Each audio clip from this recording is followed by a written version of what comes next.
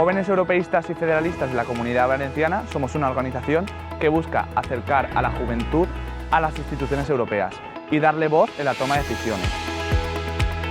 Somos un equipo ambicioso que busca mejorar la Europa en la que vivimos.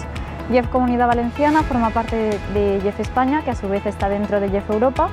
Estamos en casi todos los países europeos y tenemos más de 20.000 socios. En general, nosotros hacemos actos y debates sobre temas muy amplios, como por ejemplo el europeísmo, el ecologismo, la defensa de los derechos humanos. Voluntariados, conferencias sobre el cambio climático, limpiezas de playas, charlas en colegios. Y por otra parte hacemos también actividades a nivel internacional, como conferencias, cursos de formación, debates o cumbres en el Parlamento Europeo o en las diversas capitales europeas. Y en general pues nos gusta acercarnos a la gente joven para explicarle nuestro proyecto.